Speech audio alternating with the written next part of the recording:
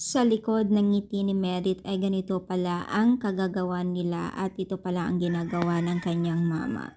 So, bago natin ipagpatuloy ang ating paksa for today's video, kung bago ka pa lang sa aking channel, please subscribe, like, and pakit na rin po natin guys ang notification bell upang ma-update po tayo tuwing ako po nag-upload sa mga viral and trending video.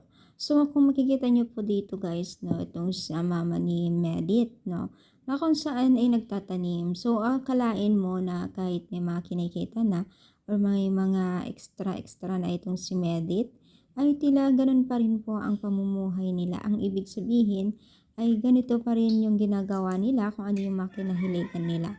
So, ang si Medit ay nagmana sa kanyang nanay sa pagiging isang masipag diskarte, di ba? Kasi kung ang nanay ay pang walang pakialam sa pagiging isang pag-earning money, eh, dun lang sa bahay, di ba? Nag-aasikaso sa mga anak, sa gawain bahay.